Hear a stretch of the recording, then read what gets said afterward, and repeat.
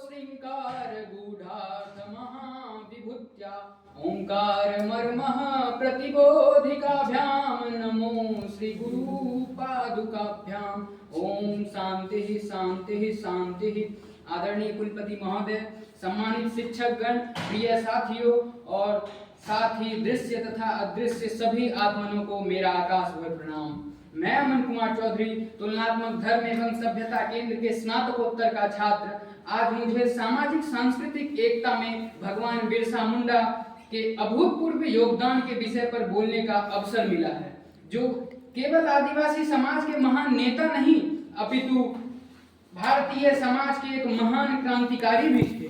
उनका जीवन और संघर्ष भारतीय स्वतंत्रता संग्राम का अभिन्न हिस्सा था और उनकी विरासत आज भी हमारे समाज को एकता, समानता और न्याय की दिशा में मार्गदर्शन करती है। भगवान बिरसा मुंडा का योगदान न केवल आदिवासी समाज के लिए अपितु एकता, समानता और न्याय की दिशा के लिए भी अभूतपूर्व था। संपूर्ण भारतीय समाज के लिए उन्होंने एक अतुलनीय योगदान दिया है। भगवान बिरसा मुंडा का सामाजिक एकता में महत्वपूर्ण योगदान था।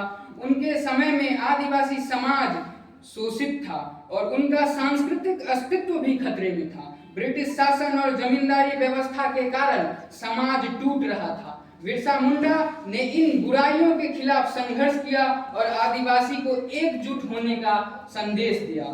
उन्होंने बताया कि समानता और एकता के साथ कोई भी आंदोलन सफल हो सकता है।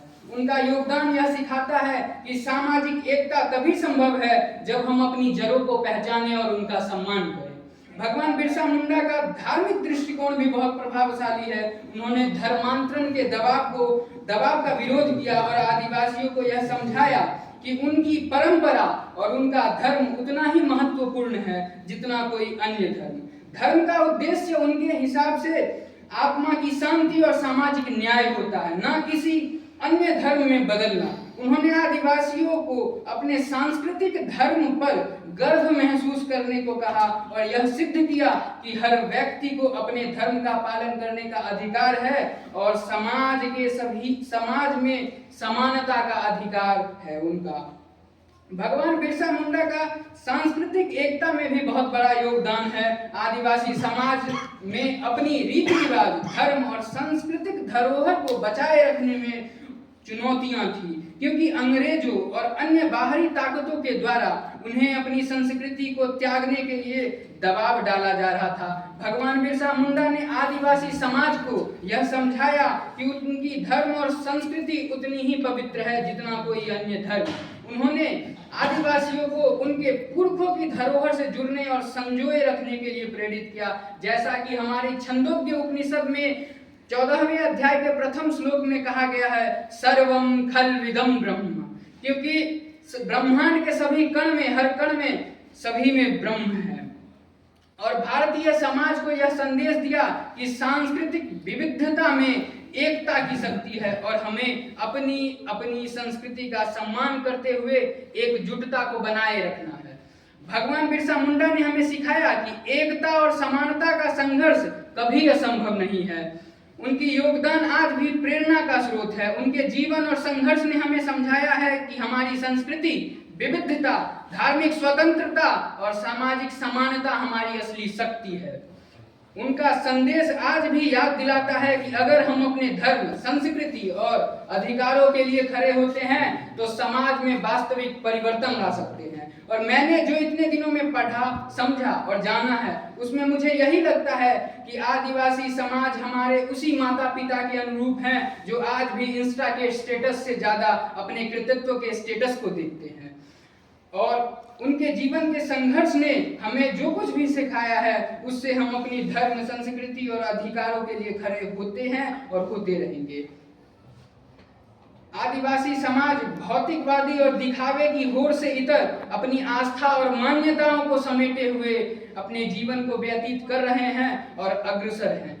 और जिन लोगों को भी लगता है कि आदिवासी समाज हम अपने धर्म में मिला सकते हैं या उनका धर्मांतरण करवा सकते हैं, तो उन्हें यह याद रखना चाहिए कि आदिवासी समाज से आप हैं, आपसे आदिवासी समाज नहीं। क्योंकि इतिहास के किसी भी कालखंड में जब हम देखते हैं जितनी भी सभ्यताएं पनपी हैं, चाहे वह मेसोपोटामिया की सभ्यता हो, चाहे वह चीन की सभ्यता हो या दक्षिण अमेरिका की इनका सभ्यता हो, आदिवासियों की मान्यताओं से ही प्रारंभ होती है। सभी में प्रकृति पूजा सामान्य रूप से पाया जाता है।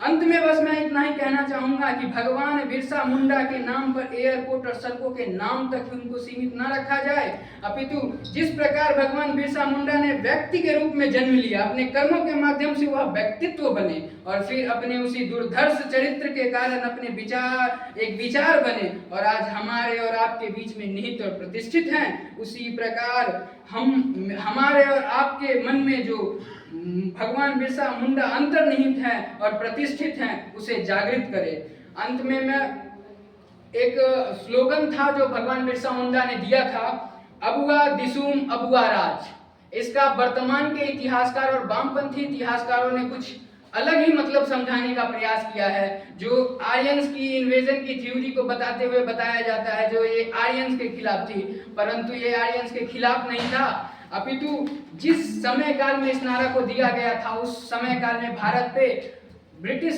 क्राउन का शासन था और उसके लिए यह दिया गया था। अबुआ दिसुम का मतलब होता है हमारा देश और अबुआ राज मतलब होता है हमारा राज। तो मैं यह चाहूंगा जो इस पुण्य दिवस पर आप सभी मेरे साथ इसको दोहरा सकते हैं और बोल सकते हैं, अबुआ दिसुम अबुआ राज, अबुआ दिसुम अबुआ राज, अबुआ दिसुम अबुआ राज। धन्यवाद।